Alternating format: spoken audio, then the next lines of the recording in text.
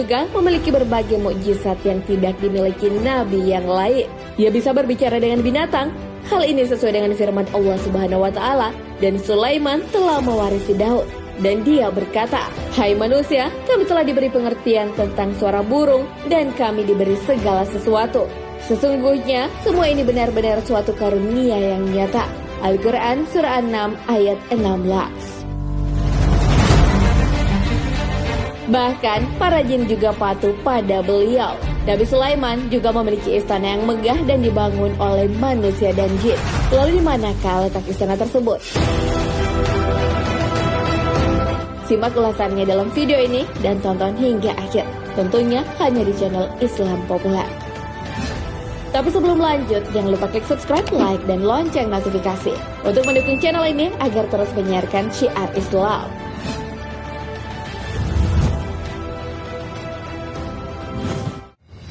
Dalam Al-Quran ataupun kisah versi Yahudi dan Nasrani, Sulaiman memiliki kerajaan yang istimewa.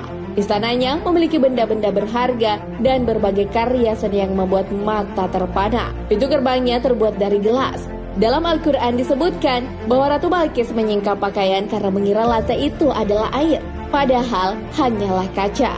Hal ini terdapat di dalam Al-Quran. Dikatakan kepadanya, masuklah ke dalam istana, maka tatkala dia melihat lantai istana itu, pikirannya kolam air yang besar, dan disingkapnya kedua betisnya. Berkatalah Sulaiman, sesungguhnya ia adalah istana licin terbuat dari kaca. Berkatalah Bilqis, sesungguhnya aku telah berbuat zalim terhadap diriku, dan aku berserah diri bersama Sulaiman kepada Allah, Tuhan semesta alam. Al-Quran Surah 6 ayat 44. Pertemuan mereka dilakukan di negeri tua Sabah di Yaman Selatan. Penelitian yang dilakukan pada reruntuhan mengungkapkan bahwa seorang ratu pernah berada di kawasan ini dan hidup dalam kurun waktu 100 hingga 950 sebelum Masehi. Ia melakukan perjalanan ke utara Yerusalem. Istana Nabi Sulaiman disebut dengan Solomon Temple atau istana atau kuil Sulaiman. Hal ini sesuai dengan literatur bangsa Yahudi. Istana Nabi Sulaiman alaihissalam sekarang sudah tak ada lagi alias sudah runtuh. Yang tersisa hanyalah tembok sebelah barat dari bangunan kuil ini. Bagi orang Yahudi, bangunan ini dinamai Wailing Wall atau tembok ratapan. Sahabat beriman, selama pemerintahan Hizkia, perluasan tembok kota dilakukan sampai ke barat yang sekarang kita kenal dengan kota lama Yerusalem. Sisa peninggalan kerajaan Nabi Daud dan Nabi Sulaiman dipercaya telah ditemukan oleh seorang arkeolog Israel, Eilat Mazar, yang penemuannya diumumkan pada tahun 2005, tepat pada tanggal 4 Agustus. Di situ jugalah ditemukan situs pintu gerbang dengan lengkungan setinggi 60 kaki dan dinamakan struktur batu melangkah. Untuk mengungkap keberadaan istana tersebut, dilakukan penggalian sampai ke Masjid Al-Aqsa yang akhirnya memicu kemarahan umat Islam karena ditakutkan akan merusak bangunan masjid. Penelitian tentang istana tersebut terus dilakukan untuk mengetahui keberadaan kerajaan Nabi Sulaiman. Pada Oktober 2007, sejumlah pekerja menemukan reruntuhan bangunan yang diyakini sebagai kuil Nabi Sulaiman. Kuil itu ada di sebelah Masjid Al-Aqsa. Walaupun bangunannya sudah tak utuh lagi, para ahli yakin masih bisa disaksikan. Di lokasi ini juga ditemukan keramik dan tembikar, benda-benda terkubur selama ribuan tahun.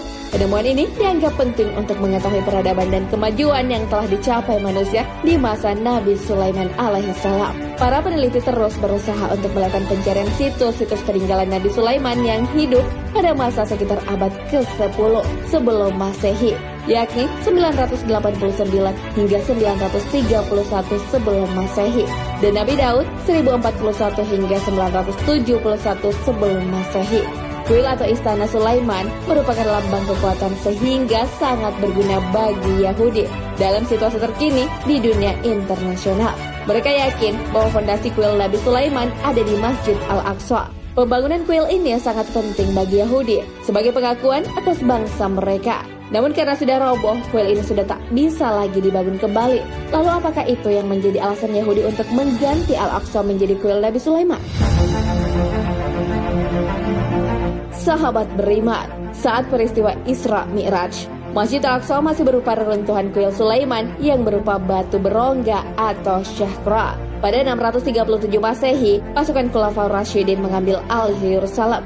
Khalifah Umar bin Khattab pun memerintahkan untuk membangun masjid di sisi selatan Syuhra. Hal ini dilakukan supaya orang yang sholat menghadap Ka'bah dan membelakangi Syuhra. Selanjutnya, Khalifah Umayyah Abdul Malik bin Marwan pada 690 Masehi menyempurnakan bangunan-bangunan masjid dengan batas-batas wilayah sucinya. Kubah pun dibangun untuk menaungi Syuhra yang ada di tengah kompleks Masjidil Aqsa. Tahun 1099 Masehi, pasukan Salib berhasil menduduki Yerusalem. Kesatria Templar pun menjadikan Masjidil Aqsa sebagai markasnya. Templar pun menganggap bahwa Syuhra sebagai tempat Nabi Sulaiman menyembunyikan buku sihir. Namun Salahuddin Al-Ayyubi pun berhasil merebut Yerusalem. Yerusalem dalam bahasa Arab disebut Al-Quds. Beliau berhasil mengembalikan fungsi Masjidil Aqsa pada tahun 1987 Masehi. Pada tahun 1917 Masehi, Inggris kembali mengambil alih wilayah Palestina dari Kekhalifahan Utsmani. Israel pun berdiri sebagai negara tahun 1948.